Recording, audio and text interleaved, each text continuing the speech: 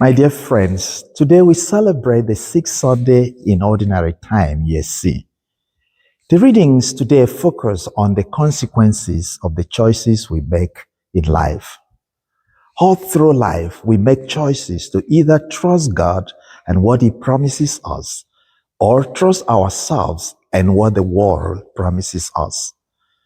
As a priest and as a member of a religious institute, I have lived through different situations and different experiences.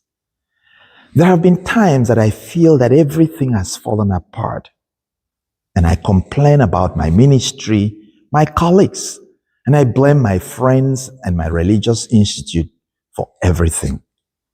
There are other times that I feel supported by so many people, and I live gratefully for the different opportunities God has offered me. Although some of those moments and opportunities have not been perfect, I find myself stronger every time I'm able to live those moments with hope. Reflecting through my experiences and those of my friends and parishioners, I come to the deep understanding that there will always be something in life to complain about. There will always be something in life to be bitter and worried about. And at the same time, there is always a chance to be grateful for the little things that we enjoy.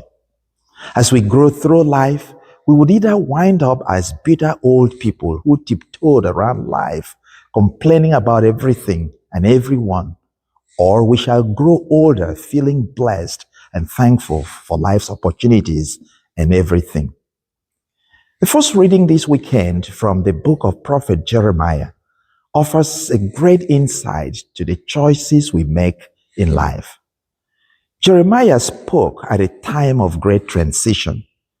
His prophecy extends through the golden days in the Jerusalem temple to the time of exile. With the Babylonian conquest, exile was inevitable. But how would the people of God react to this new reality? Unlike other prophets, Jeremiah addressed individuals, not a class. He saw that the path of exile will mean different things to different people.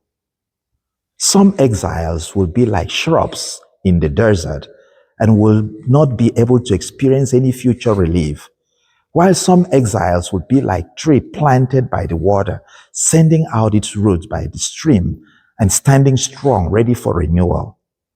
Thus, Jeremiah understood what it meant to live with choices that make or mar our life. For Jeremiah, the path to wholeness and final restoration is fidelity and firm trust in God. Trust in God is about a relationship that is not transactional, but a relationship that is transcendental. Relationship in our world is mostly based on transactional patterns. Hence, we always expect fair treatment, otherwise we call it quits. And we must define what that fair treatment looks like. And truthfully, people have hurt us, situations and friends have disappointed us, experts have betrayed us and deceived us.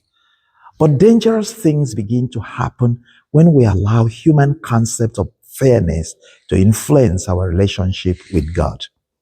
The real danger is that when life shows up as unfair, we are tempted to blame God and ourselves.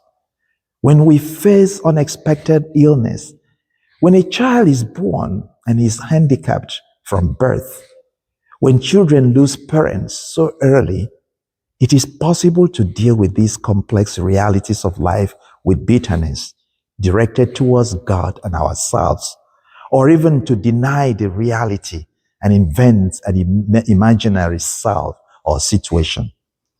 And that is dangerous. Jeremiah's vision and prophecy was about accepting the reality of the exile, but not giving up trust in the power and love of God. This is the background of the Sermon on the Plains, the gospel reading that from Luke's Gospel, chapter 6. Thus, Jesus lists blessing and woes that will follow people. Notice that Jesus does not place anyone in either category. However, whenever we listen to the Beatitudes, they sound as if God will condemn those who are wealthy, have food to eat or laugh. And on the other hand, abundant blessing will follow those who are poor, have no food or hurting. But what if I say that Jesus is not addressing a social class, but rather individual vices? A close reading of the Beatitude reveals that Jesus is warning people against complacency and self-pity or rejection. Thus, being poor does not translate into blessing, just as being wealthy does not necessarily attract woes. But here is the deal.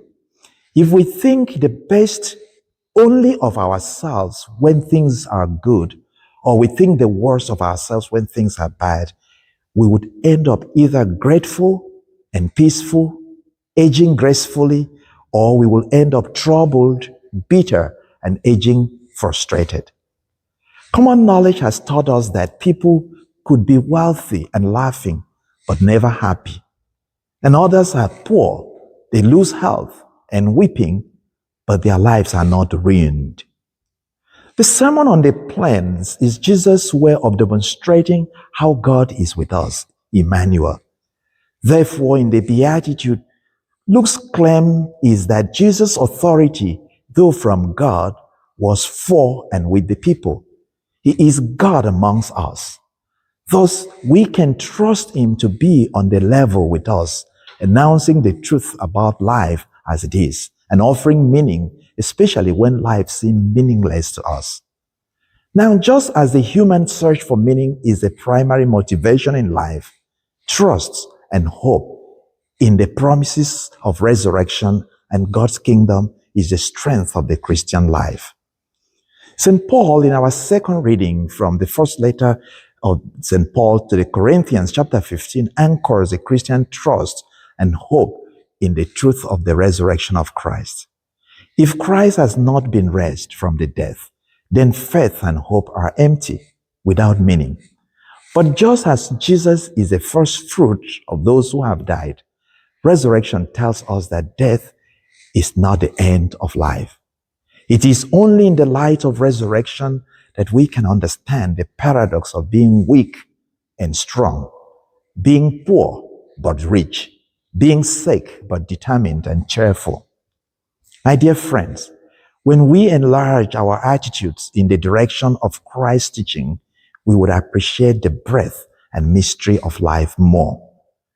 Do we want to be cursed or want to be blessed? You decide. May God bless you.